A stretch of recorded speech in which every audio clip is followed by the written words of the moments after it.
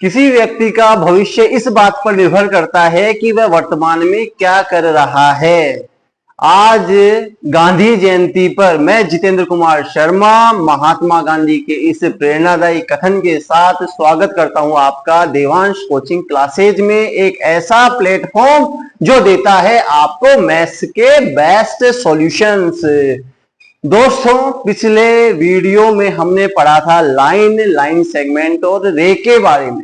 Line segment और रे के बारे में आज हम अपने इस वीडियो में पढ़ेंगे क्या होती है पैरेलल लाइंस और क्या होती है ट्रांसवर्सल लाइंस। देखिए दोस्तों, पैरेलल लाइंस और ट्रांसवर्सल लाइंस एक छोटा टॉपिक है, लेकिन ज्योमेट्री की दृष्टि से, ठीक है, ज्योमेट्री की दृष्टि से यह मैथ्स के काफी बड़े पार्ट को कवर करता है। तो हम शुरू करते हैं पैरेलल लाइंस। देखिए दोस्तों, रेल की दोनों पटरियां, नदी के दोनों किनारे, सड़क के दोनों किनारे क्या आपस में कभी काटते हैं? कभी नहीं काटते। ये आपस में कभी भी नहीं काटते। क्यों नहीं काटते? क्योंकि इनके बीच का डिस्टेंस हमेशा सेम रहता है। तो यही तो है पैरेलल लाइंस कि दो लाइंस जिनके बीच का डिस्टेंस हमेशा सेम बना रहे, इक्वल बना रहे, उन्हें हम पैरेलल लाइंस कहते हैं। जैसे देखिए, ये हमारी पहली लाइन है, ये दूसरी लाइन है।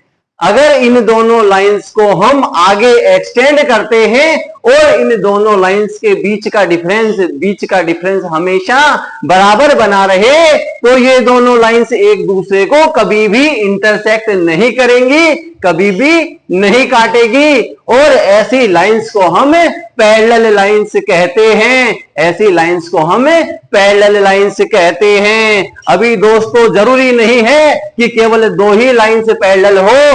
अगर दो लाइंस पैरेलल हैं तो एक तीसरी लाइन हो सकती है जो उन दोनों के साथ पैरेलल चले। ये मैंने एक तीसरी लाइन खींची है। अगर मैं इस लाइन को ए बी कहता हूं, इस लाइन को मैं बी सी कहता हूं, और इस लाइन को मैं सॉरी अगर मैं इस लाइन को सी डी कहता हूं और इस लाइन को मैं ई एफ कहता हूं, इस लाइन को मैं ई एफ कहता हूं, तो देखिए ये तीनों लाइन से ए बी, दूसरी लाइन सी डी, तीसरी लाइन ई एफ, तीनों आपस में पैरेलल होंगी। और जो लाइंस आपस में पैरेलल होती हैं उनको हम किस प्रकार दर्शाते हैं? तो देखिए, ये पैरेलल होने का साइन है कि जो ए बी है वो सी डी के पैरेलल है, सी डी है वो ई एफ के पैरेलल है। अब पैरेलल लाइंस का जो पैरेललिज्म है वो डिपेंड नहीं करता है उनकी लेंथ पे। अगर दो लाइन सेगमेंट्स अलग अलग लेंथ के हैं, एक लाइन सेगमेंट ये है, दूसरा लाइन सेगमेंट ये है, तो वो भी पैरेलल हो सकते हैं।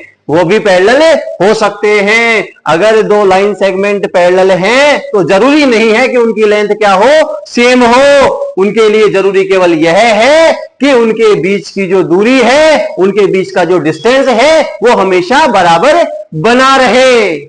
ये हमारी पैरेलल लाइंस हैं। अभी पैरेलल लाइंस से जुड़ा हुआ ही एक दूसरा बिंदु है, दूसरा टॉपिक, दूसरी टर्म है हमारे पास, ट्रांसवर्सल लाइंस।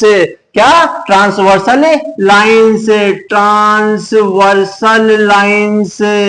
अभी देखिए ट्रांसवर्सल लाइंस क्या होती हैं। जो ट्रांसवर्सल लाइंस हैं वो पैरेलल लाइंस से जुड़ा हुआ ही एक बिंदु है। अगर दो लाइंस पैरेलल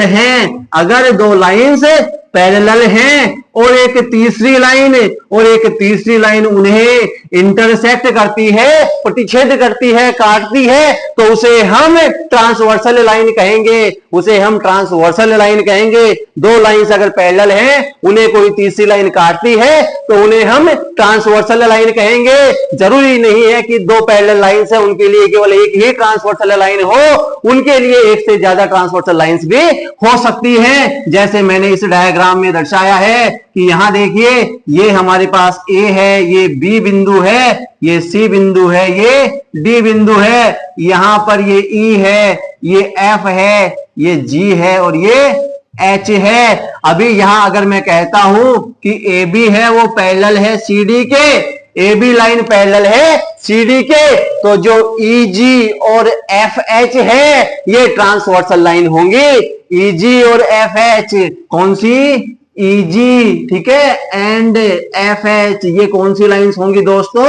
ये ट्रांसवर्सल लाइन होगी, ट्रांसवर्सल लाइन होंगी।